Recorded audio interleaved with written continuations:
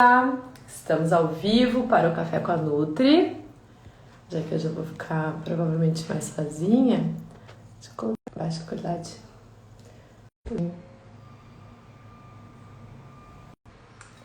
Bom dia, desculpem a interrupção, eu tive que trocar a rede do Wi-Fi aqui. Vão entrando. Hoje nós vamos falar então sobre proteínas, os mitos das proteínas. Oi, Fê, oi, Mila. Oi, temos João, Daiane, Júlia, Adeia. Sejam bem-vindos. A gente tem aquela nossa conversa, se alguém quiser participar junto, tirar alguma dúvida, eu vou deixar aberto. A Milena, bom dia. Então a gente vai conversar um pouco hoje sobre os mitos da proteína, né, na alimentação vegetariana, acho que é um dos grandes medos. Primeiro, eu acho que seria interessante eu comentar para vocês que os maiores estudos que existem, eles falam que a gente alcança, né, os vegetarianos alcançam as proteínas adequadamente quando a gente come a quantidade de calorias que a gente precisa no dia. Então vamos pensar que a pessoa resolva fazer uma dieta super restritiva que ela come só uma maçã por dia. Ela não vai alcançar as proteínas, né? Ou então uma pessoa que realmente esteja fazendo algum tipo de restrição calórica para emagrecimento, não tanto quanto uma maçã, às vezes não está alcançando mesmo o que precisa, então eventualmente precisa ter algum tipo de suplementação e tudo mais. Mas se a gente está comendo adequadamente, os vegetarianos, a gente alcança tranquilamente. Inclusive, deixa eu tomar um copinho. Quando a gente consome carnes, né, isso eu vejo muito na prática, normalmente tem um consumo exagerado de proteínas. Bom dia, Júlia. Tem um consumo exagerado de proteínas. As pessoas... Então, vamos lá. Uma pessoa que consome carne, eventualmente ela está comendo carne em praticamente todas as refeições. Café da manhã, almoço, lanche, janta. Essa quantidade de proteína, o corpo não consegue nem metabolizar, nem usar. E acaba sendo transformado no nosso corpo em ureia, para ser excretado. Porque o excesso de proteína, ao contrário do que a gente gostaria, né? A gente gostaria, sobrou proteína e não vai ela virar músculo, né? Não tem problema, eu gostaria que virasse músculo. E não é assim que funciona. Se sobrou proteína, uma parte da proteína ela é tóxica no nosso corpo, que é o nitrogênio. Então, pensando molecularmente, a proteína ela é uma cadeia que tem nitrogênio. Eu tô vendo na minha cabeça a cadeia. É N, né, o nitrogênio, e vários carbonos, hidrogênios e oxigênios. Então é uma cadeia super longa, complexa, né, que vai se enrolando assim com esses minerais, esses nutrientes, não é bem minerais, acho que enfim, átomos. E aí essa é a cadeia das proteínas, dos aminoácidos que vão juntar-se e virar uma proteína. Quando a gente come em excesso, ao invés de virar músculo, que é o sonho de todo mundo, não vou comer mais proteína para ganhar mais massa, se não treinar não vai ganhar. O corpo ele vai ter que excretar essa parte tóxica que é o nitrogênio. E aí, então, o que ele vai fazer? Ele vai quebrar aquela parte da proteína que tem o nitrogênio acoplado ao carboidrato, hidrogênio e oxigênio e vai transformar esse nitrogênio em ureia para ser excretado. O que sobra, então? Sobrou carbono, hidrogênio e oxigênio. O que é carbono, hidrogênio e oxigênio? É carboidrato. Então, claro que não é uma troca assim tão simples, mas basicamente o corpo ele aproveita a parte que seria como se fosse um carboidrato e joga fora a parte do nitrogênio.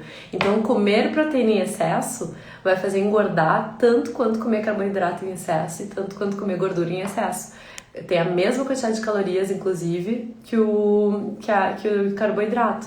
Então, se a pessoa está comendo em excesso, ela está engordando da mesma forma.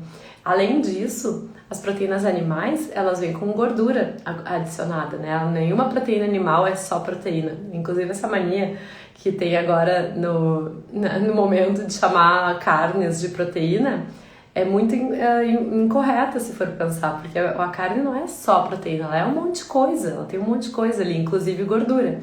Então, mais ou menos metade do que tem na carne é proteína e a outra metade é gordura. Então, no momento que a gente está pensando que a gente está comendo só proteína, a gente está se enganando.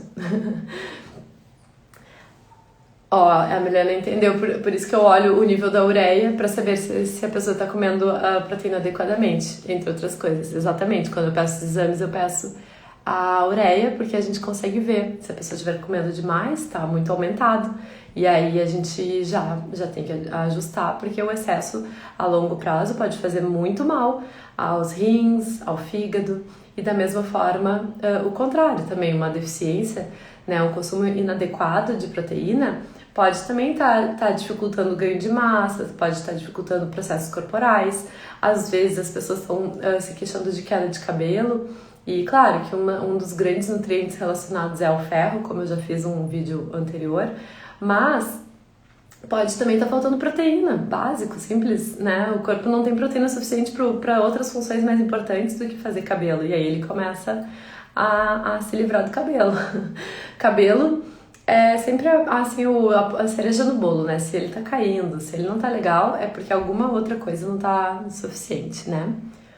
A Daiane perguntou, então, quantos gramas por quilo você normalmente utiliza? A Organização Mundial de Saúde, o Ministério da Saúde, todos os órgãos de saúde do mundo indicam em torno de 0,8 gramas por quilo corporal. Eventualmente de 0,8 a 1, e em pessoas que treinam pesado, que fazem exercício com bastante regularidade, às vezes dá para aumentar para 1,2 até 1,4, mas normalmente mais do que isso, assim, até olhando os exames, a gente vê que não é necessário. Tem pessoas que têm medo que vai faltar, dependendo dessas pessoas mesmo já aumenta o seu consumo, mas é bem normal começar a bagunçar os exames, né? A pessoa começa a comer em excesso, começa a ganhar peso que ela não quer, né? Então tem bastante importância. E claro, tem pessoas que estão treinando, por exemplo, para fisiculturismo. Essas pessoas, elas às vezes não estão pensando propriamente na saúde, elas estão pensando num resultado estético. Então, são diferenças. Eu tô falando o que é bom pra tua saúde, a longo prazo, que vai durar pra sempre, né? Que não precisa ser mudado toda hora. Agora, uma pessoa que treina para ganho de massa extremo no fisiculturismo, por exemplo, que treina 3 vezes ao dia, eventualmente essa pessoa vai precisar de 2 gramas por quilo, mas isso para a saúde dessa pessoa a longo prazo talvez não seja uma boa opção, né? Então, todo mundo sabe, né, que atletas de alto rendimento, eles têm maiores riscos, uma mortalidade maior, até uma expectativa de vida menor em função desse desgaste excessivo do organismo, né? Então tudo é equilíbrio. Eu não estou dizendo que eu sou contra, eu adoro, eu acho maravilhoso, né, pessoas que se dedicam a isso, mas eu estou falando em ponto de vista nutricional, né, de saúde, que é fator de risco mesmo, né? Assim, tanto o excesso para um lado quanto o excesso para o outro, o sedentarismo é péssimo para a saúde também. Mas os exercícios de altíssima intensidade, né, um ganho de massa muito acima do que o nosso corpo precisaria, digamos, né, numa questão mais natural, também pode fazer mal a longo prazo para o organismo, tá? Espero que vocês tenham entendido meu ponto, não é nenhuma crítica. Sim, eu peço exame de ureia para todo mundo. Dependendo do caso, né? E esse não é o único exame, né? Acho que não tentem avaliar seus próprios exames, que isso geralmente dá errado, tá? Tem que ter um conhecimento, uma prática, né? Como em qualquer trabalho de vocês, né? Vocês devem ter essa área de vocês de trabalho, vocês sabem que não é assim, então é só fazer tal coisa aqui que já tá resolvido? Não, tem toda uma complexidade em vários aspectos. Mas, então, bom, eu queria ver se alguém mandou alguma pergunta. Deixa eu ver. Olha que interessante, minha mãe mandou uma solicitação. Será que ela quer conversar? Ou será que ela mandou sem querer? Porque minha mãe é uma pessoa que seria legal trazer um testemunho, porque ela veganizou, né? Mas eu acho que hoje não é muito, porque ela não tá precisando de muita proteína. Ela não tá treinando muito. Mas então, seguindo sobre as proteínas, né? O que eu vejo também muito acontecer logo que a pessoa decide tornar-se vegetariana, ela não sabe ainda muito bem quais são as fontes proteicas vegetais. É pouco difundido mesmo, assim, quem ainda não tá no mundo do veganismo, né, do vegetarianismo. E aí muitas pessoas acabam não priorizando tanto o consumo das leguminosas. As leguminosas é um grupo, na nutrição a gente agrupa os alimentos por afinidade nutricional, por quanto mais parecidos eles são, né? Então esse grupo ele é mais intercambiável dentro desse grupo. Então assim, por exemplo, feijão, lentilha, grão de bico, ervilha, soja, eles têm um perfil nutricional parecido, né? Eles têm uma forma inclusive de crescimento da planta, né? A planta nasce dentro de uma vagem, então eles têm todo um perfil muito parecido, que também acaba tendo mais ou menos a mesma quantidade de proteína, carboidratos, gorduras, então por isso eles são agrupados dessa forma. E esses alimentos eles são os mais ricos em proteína, com menor teor de gordura, porque tem um outro grupo de alimentos que tem muita proteína também, que são as oleaginosas, né? Então as castanhas, as amêndoas, as nozes. Só que elas têm, além de terem muita proteína, elas também têm muita gordura. Então, para a gente usar como fonte alimentar, a gente avalia, né, que tem essa melhor distribuição dos nutrientes nas leguminosas. Então, é aí que a gente capricha para poder atingir as proteínas adequadamente. Às vezes na internet circulam uns posts bem incorretos, mostrando assim que tem proteína no brócolis, no cogumelo, na Ora Pronobis, mas são alimentos que em 100 gramas tem muito pouco proteína. Essas avaliações, geralmente, eles avaliam a quantidade de proteína versus o total calórico. Mas a pessoa, como é que ela vai comer 1 quilo de brócolis para alcançar uma quantidade de proteína mínima adequada, né? 1 quilo de Ora Pronobis. Não tem como. Então, são alimentos riquíssimos, maravilhosos, nutritivos, mas eles não têm a quantidade de proteína, assim, mais de uma forma um pouco mais densa, né? Que tu vai conseguir comer dentro de uma refeição normal, assim. Claro, tem pessoas que se dedicam a comer 1 quilo de brócolis ou de cogumelos, mas não é a prática normal, tá? Alguém mandou alguma perguntinha. Vamos ver, a Daiane botou: almoço e jantar eu passo bem, mas sou um pouco criativa para cafés da manhã vegan com proteína. Bom, vamos pensar então algumas ideias. Geralmente tem uma pastinha de grão de bico, pastinha de... Eu fiz um videozinho um tempo atrás, qualquer coisa, qualquer grão que tu bata no liquidificador com tempero vai virar uma pastinha. Então tu pode todo dia inventar uma pastinha nova. Pastinha de grão de bico com cenoura, pastinha de feijão branco com azeitonas, pastinha de lentilha com manjericão, tofu com tomates secos. Dá pra inventar, assim, milhares de pastinhas.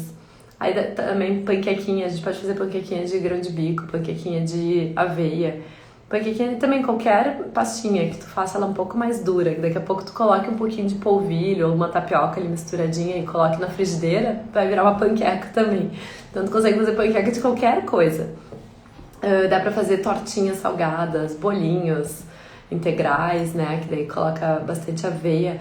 A aveia, ela é do grupo dos cereais, mas ela tem um perfil muito proteico também. Então, eu particularmente gosto muito de usar a aveia pra gente aumentar também o consumo proteico ao longo do dia.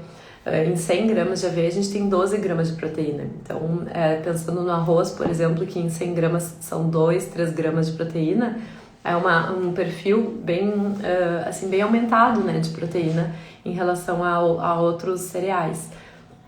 Então, a gente usar aveia, por exemplo, para fazer um mingau, para fazer uma panqueca, uma vitamina também. Eu gosto muito das vitaminas quando a gente precisa comer mais quantidade, né? Então, a pasta de amendoim. Então, o amendoim ele tem um perfil um pouquinho diferente. Ele é uma leguminosa, né? Só que ele tem um aspecto nutricional muito parecido com uma oleaginosa, porque ele tem proteína, mas ele tem muita gordura. Então acaba sendo pouco interessante a gente usar ele como fonte, porque senão a gente vai comer muito mais gordura do que seria interessante, né? Então, assim, a pasta de amendoim é legal para passar de vez em quando no pão, enfim, ou de qualquer outra forma, mas pode ser que a gente esteja daí consumindo mais gordura e eventualmente acontece de assim, veganos que estão ganhando peso, daí a gente começa a mapear a alimentação, né? Peço pra pessoa me contar toda a alimentação dela, a gente vai tentando identificar o que tá acontecendo, e às vezes a pasta de amendoim tá muito presente. E assim, uma colher de sopa não muito cheia tem quase 100 calorias, né, de pasta de amendoim. Então, se a pessoa daqui a pouco tá colocando um morro de pasta de amendoim na comida mais de uma vez, né, às vezes ela tá comendo ali 500 calorias no dia, que às vezes são a mais mesmo, né, mais do que ela conseguiria gastar, mais do que ela tá precisando. Depende muito das demandas energéticas, né. A Adriana, então, perguntou se os cogumelos desidratados são ricos em proteína. Então, tudo que tu desidrata, o que acontece? O alimento, os nutrientes, eles são calculados em 100 gramas, né? E em 100 gramas, por exemplo, de uma maçã, tem muita água. A maçã, ela é líquida, de uma melancia, por exemplo, tem muita água. O cogumelo, quando ele está hidratado, quando ele está in natura, ele também tem água. No momento que tu tira a água e considera 100 gramas daquele alimento desidratado, ele vai ficar mais... todos os outros nutrientes vão ficar em maior quantidade, porque a gente tirou um dos nutrientes que tinham ali, que era a água, né? Então, os outros nutrientes, consequentemente, vão ficar maiores. Então, por isso, por exemplo, que a Ora Pronobis, que é uma folha, né, um vegetal verde... tem tanta gente confundindo e falando que tem bastante proteína, porque os estudos que fizeram com a Ora Pronobis foi com a Ora Pronobis desidratada. Agora, quanto de pó de Ora Pronobis eu vou conseguir comer em um dia? Onde que eu vou enfiar esse pó? Como que eu vou comer esse pó? Vou botar uma colherada direto na boca? Não tem como. Eu vou misturar numa vitamina? Tá, vou colocar ali uma colher, mas eu não vou conseguir comer 100 gramas de Ora Pronobis desidratada. A mesma coisa dos cogumelos. Eu vou precisar hidratar eles para comer, porque desidratados eles são muito duros, eles são secos, eles não são palatáveis. Então, no momento que eu hidrato eles, eu vou comer menos volume. Eu não vou conseguir comer 100 gramas ou 200 gramas de cogumelos desidratados. Então, sim, quando a gente desidrata, até o brócolis desidratado, a cenoura desidratada, qualquer alimento desidratado tem mais proteína. Mas comer algo desidratado, a não ser que a gente coloque em cápsulas, que daí é fácil de engolir, mas daí quantas cápsulas eu vou ter que tomar ao longo do dia? Então vamos pensar em assim, mais comida, menos cápsulas, né? Mais comida de verdade, mais comida fácil. Na verdade, arroz, feijão, a gente tá tendo tudo que a gente precisa, né? Tá tendo uma fonte boa mais de carboidratos, uma outra fonte boa de proteínas, salada, vegetais e pronto, não tem mistério. Claro que dá pra variar, claro que dá pra gente inventar e inclusive, dependendo do caso, a gente tem que comer mais, às vezes, do feijão, um pouco menos do arroz, né? Mas depende de cada caso mesmo. Então, tá. Tem um outro mito. Esse mito deixa eu tomar mais um golinho do meu café.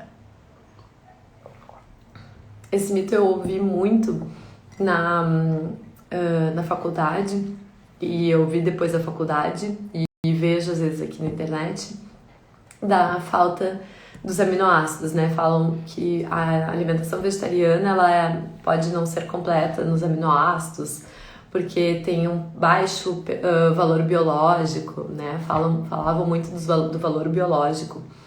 E aí, durante a faculdade eu tive que estudar 2 vezes, né? Eu estudava a faculdade e sobre vegetarianismo por fora para poder debater com os professores, porque eles não sabiam sobre o vegetarianismo e traziam muitos preconceitos, muitos fundamentos infundados, né? Muitos conceitos infundados sobre vegetarianismo. Então, eu comecei a estudar. A professora falava, não, é que tem baixo valor biológico, porque aqui o feijão ele tem uma absorção pior. Então, eu fui atrás. Valor biológico foi um termo que foi criado na ciência da nutrição nos anos 70, em que eles compararam o teor de proteína de cada alimento, baseando como padrão ouro, digamos, como o padrão 100, a clara do ovo, a albumina do ovo. Então, decidiram que a albumina do ovo era o melhor alimento que existia, e nos anos 70, e com base nisso, resolveram comparar os outros alimentos, quanto tem de aminoácidos em outros alimentos. Só que assim, por que, né, hoje em dia se questiona, mas por que acharam que a albumina do ovo, né, que a clara do ovo era o padrão de referência? Não tem motivo, assim, hoje em dia para se fundamentar isso. Então, esse conceito de baixo valor biológico ou alto valor biológico começou aí e caiu em 1991. Olhem só como os mitos perduram, porque foi em 1991 que disseram, essa nossa avaliação aqui do valor biológico ela é falha, não tá condizente. Outros estudos aqui que nós fizemos com pessoas comendo alimentos de alto e baixo valor biológico, digamos, não estão dizendo que as pessoas estão tendo deficiências ou insuficiência desse consumo, né? Teve um outro tipo de estudo que era o balanço nitrogenado, que era o que a pessoa comia versus o que a pessoa excretava. Então, viram que não era assim correto, era um método falho. Então, decidiram usar um outro tipo de score, né, de avaliação, que seria o método PDCAs, que era uma avaliação da proteína a partir dos aminoácidos. Esse método ficou já um pouco mais ajustado, mas depois, em 2006, se eu não me engano, a OMS estabeleceu que o melhor método era o método de avaliação do score de aminoácidos, que se chama DIAS, com 2 As, em que tu avalia quanto tem de aminoácidos em cada alimento, e aí tu soma ao longo do dia conforme o que a pessoa come. Por quê? Não tem como eu avaliar um alimento separado de todo o resto que eu como, né? Eu como milhares de fontes ao longo do dia. Não posso achar que um alimento tem tudo e outro alimento não tem nada. Não, tem que somar os alimentos, tem que entender o que tem nessa soma ao longo do dia. E fazendo essa avaliação, se viu que não faltava nada, não falta nada na alimentação vegetariana, a gente soma os aminoácidos adequadamente. E mesmo que daí começaram a dizer, então tem que comer uma fonte de leguminosa e uma de cereal para somar todos os aminoácidos.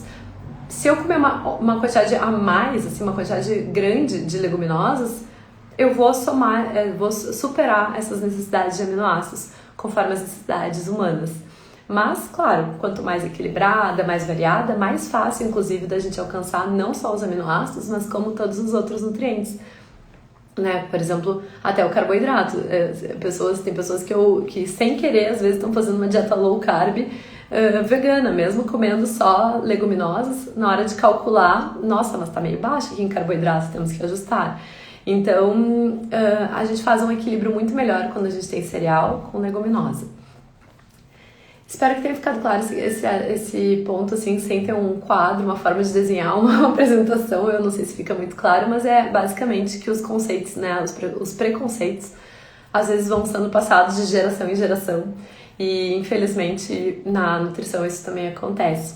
Mas, hoje em dia, a gente tem muito estudo que mostra, né, inclusive estudos com populações, então estudos que a gente chama de coorte, que a gente acompanha uma população por um longo período para ver que não tem diferença, né? E assim, quando calculam, vem que na verdade os veganos eles acabam tendo um ajuste de consumo proteico melhor do que os onívoros, porque os onívoros estão comendo mais do que precisam e estão engordando, né? Sabemos que 70% de todas as mortes do mundo são por doenças cardiovasculares. E não temos, infelizmente, né, toda essa quantidade de veganos ainda. Então, quem tá morrendo, infelizmente, não são os veganos, né? Claro que talvez veganos também morrem, mas alguma coisa tá fazendo com que as pessoas tenham problemas cardiovasculares, que não é o normal. O nosso corpo ele não veio programado para desenvolver uma doença cardiovascular. A gente desenvolve uma doença cardiovascular quando a gente tem hábitos de vida propícios para isso. Né? Na natureza, os animais que comem naturalmente, né, não tem problema de infarto agudo do miocárdio e colesterol alto e nada disso. Então, o que nós estamos fazendo nos nossos hábitos de vida? Né? Estamos sedentários, comendo alimentos processados, excessos proteicos. O que não seriam naturais na nossa vida, digamos, mais selvagem. Então, é isso que a gente precisa reavaliar e reajustar, né? Deixa eu ver o que me mandaram, que mandaram umas perguntinhas. Vamos ver. A Milena botou. Por que dizem, não sei se é verdade, que a proteína sacia mais que o carboidrato, por exemplo? Sim, é verdade. A proteína, ela tem uma digestão um pouco mais difícil no nosso corpo, na verdade. Por quê? Vamos pensar. Temos os 3 macronutrientes, né? Carboidrato, proteína e gordura. Qual é o macronutriente que é mais abundante na natureza? O carboidrato, né? Tanto que o medo das pessoas do carboidrato, porque elas acabam eventualmente comendo mais, porque tudo tem carboidrato. Mas vamos pensar que não existem supermercados, não existem indústrias, né? O carboidrato é o que tem na natureza. Frutas, né? Tem carboidrato.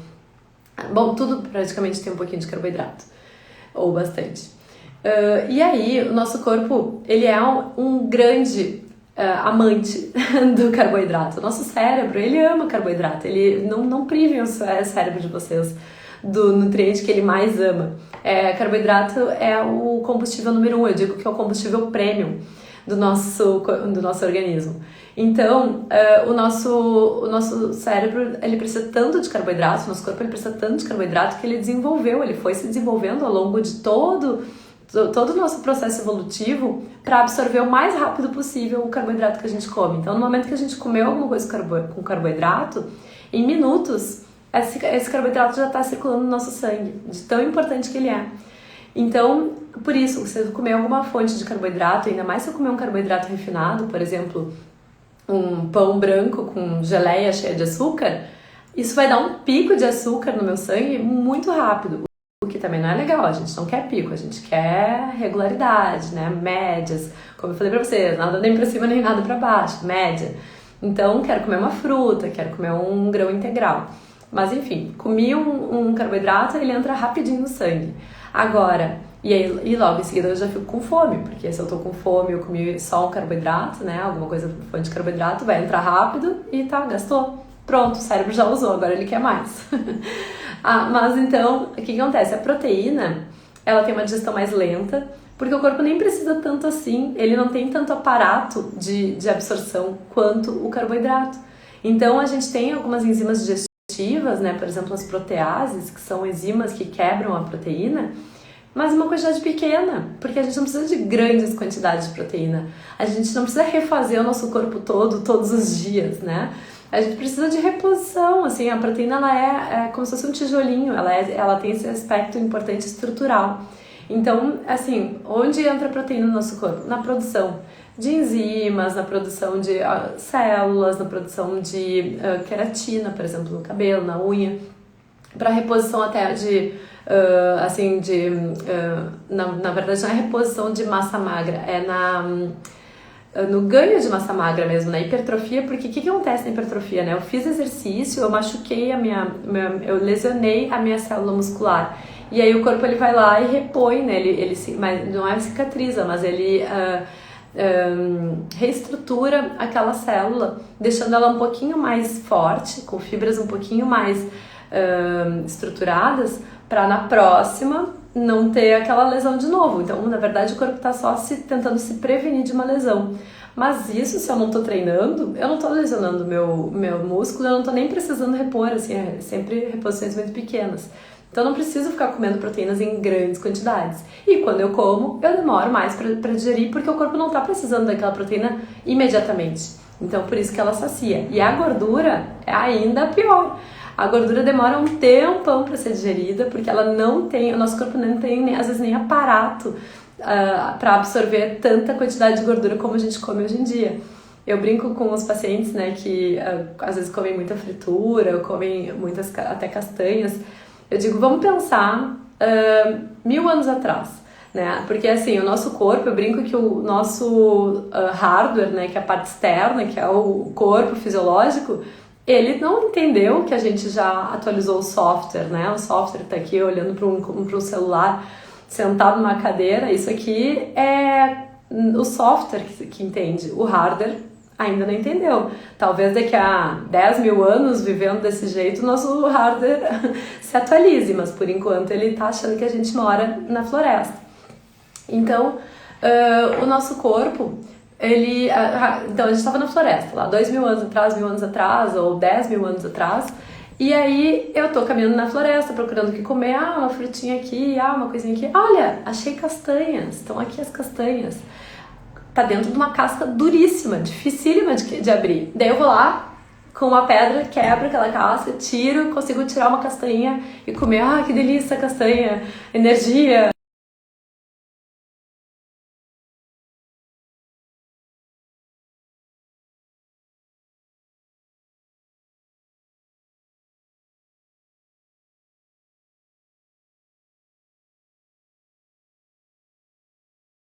Tem nem aparato absortivo para essa quantidade de óleo. E as pessoas comem, às vezes sentem enjoo, ficam um tempão sem sentir fome, às vezes comem muita gordura antes de dormir, no dia seguinte acordam sem fome. É batata, a pessoa que diz, ah, eu não tomo café porque eu acordo sem fome, pensa, o que tu tá comendo de noite? Ah, de noite sempre como uma barra de chocolate. Ah, entendi. Tá muita gordura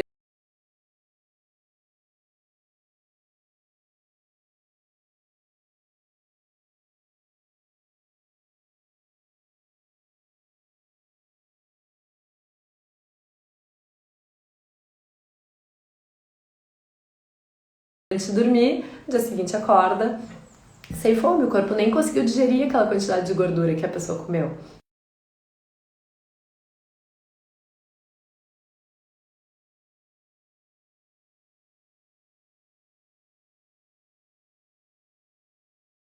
Eu acho low carb abaixo de 50, 55. A Milena botou, não faz sentido isso do valor biológico se pensar que quando comemos a proteína, o corpo quebra em aminoácidos, ou seja, o corpo não sabe se é uma molécula de proteína animal ou vegetal. Exatamente. A proteína, que é, assim, é bem maluco, tá? Mas assim, não existe uma proteína, um só tipo de proteína, existem milhares de tipos diferentes de proteínas no nosso corpo. O que são as proteínas? Elas são conjunções de aminoácidos. A gente tem os 8 aminoácidos, ou dependendo da idade são 9, que são essenciais, ou seja, eles precisam ser consumidos alimentarmente, tem que vir da dieta. E os outros 12, ou 11, dependendo da idade, são produzidos pelo nosso corpo a partir desses aminoácidos que a gente ingere ou também a partir de outros nutrientes que a gente tem no organismo. Então, a gente tem um pool ali de 20 aminoácidos. E é como, assim, dependendo do tipo de proteína que eu preciso, então, eu preciso de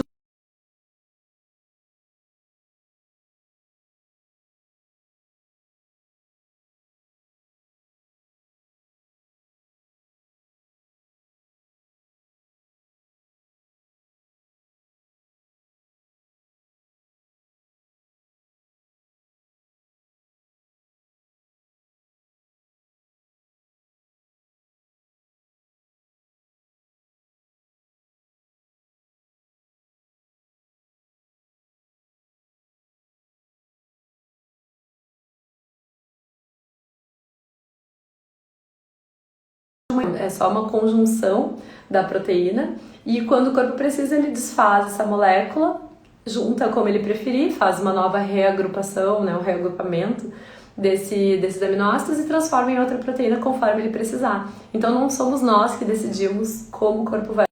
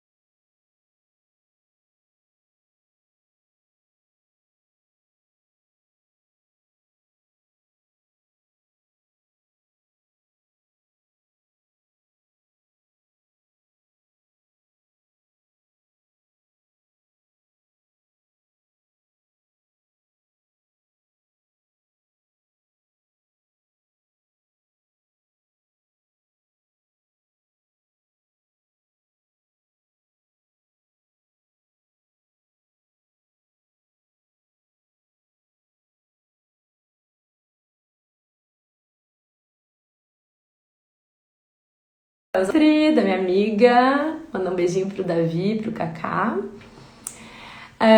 Kika, quais exames você sugere para entender o porquê a hemoglobina não subir mais do que 10 mesmo com suplementação?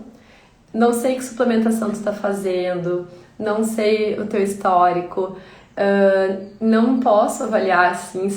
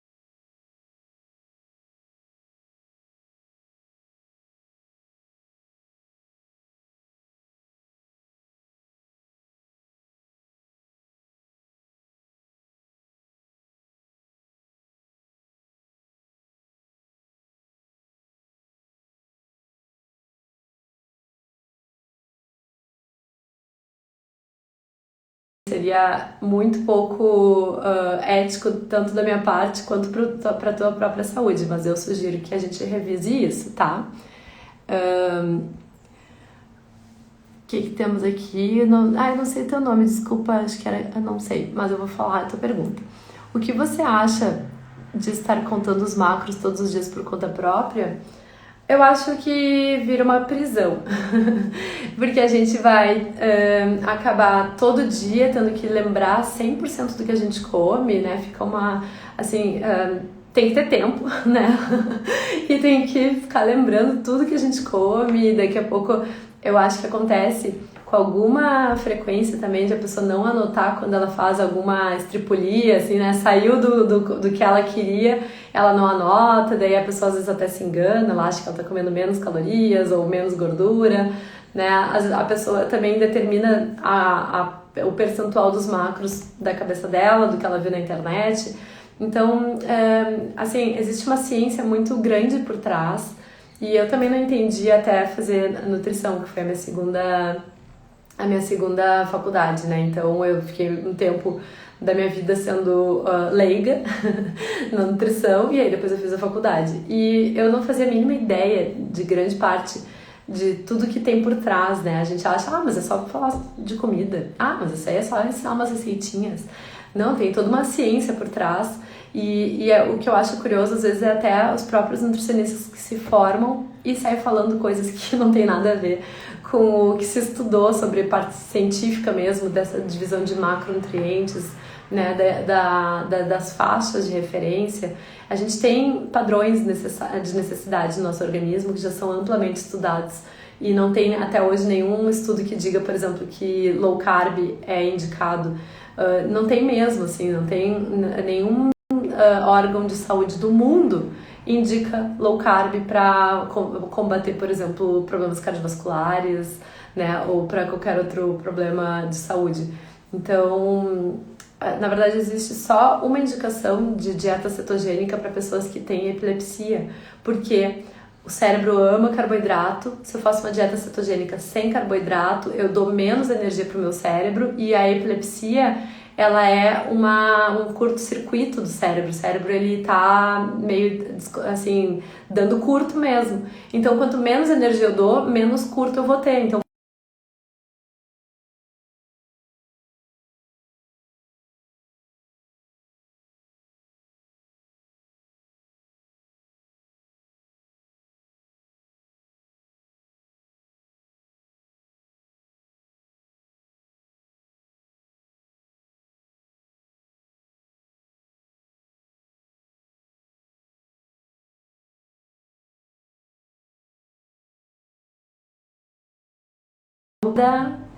que bom. Obrigada, Milena. Um beijinho.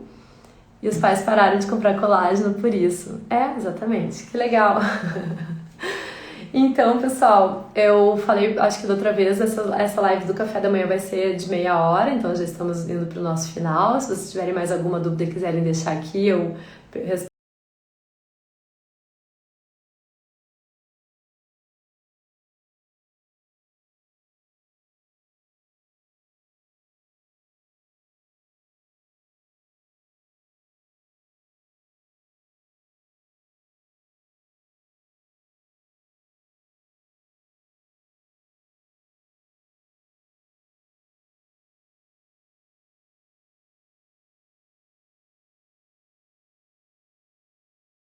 rapidinho. É um tema super rico, super legal. Semana que vem eu vou disponibilizar, inclusive, uma live, uma aula que eu fiz sobre a proteinomania e carbofobia. E aí, quem tiver interesse, a gente vai deixar um link para um cadastro para receber o link de acesso. É um material super rico também, que eu falei bastante sobre isso. Espero que vocês possam ter aproveitado, entendido e desmistificado mais sobre as proteínas. É muito comum, assim, né, as pessoas terem medo que não vão alcançar, e às vezes a gente vai avaliar e no fundo a pessoa está comendo muito mais do que ela precisava. Então, esse medo ele é bem infundado, né? E quando a gente ajusta a alimentação, até o ganho de massa fica mais fácil. Às vezes a pessoa está comendo muita proteína, não está comendo carboidrato suficiente, e aí ela não está dando energia para o corpo dela repor aquele dano, né? O nosso músculo durante o treino, ele tá sendo a energia está sendo gasta, né? A energia do nosso sangue está sendo gasta. Então, se a gente não repõe o carboidrato, a gente está perdendo também massa magra, porque o corpo está precisando quebrar músculo para gerar energia, ou ele está precisando quebrar aquela proteína que a gente come para transformar em carboidrato. Eu tenho um professor que dizia que o whey protein antes do exercício é a banana mais cara que existe. Porque a gente podia ter comido uma banana que ia dar um resultado melhor, inclusive, do que tomar whey protein. Então, cuidem as modas, por favor.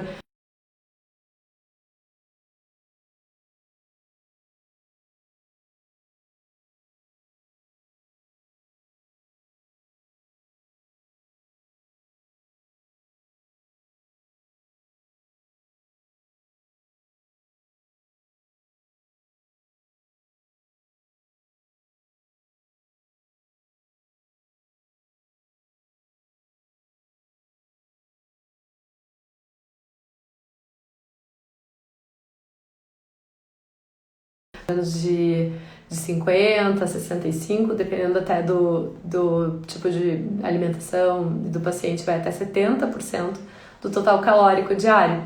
Mas uma sugestão é deixem os cálculos para os nutricionistas, porque quando vocês decidem calcular por conta própria, vocês não conseguem, claro, ter todo esse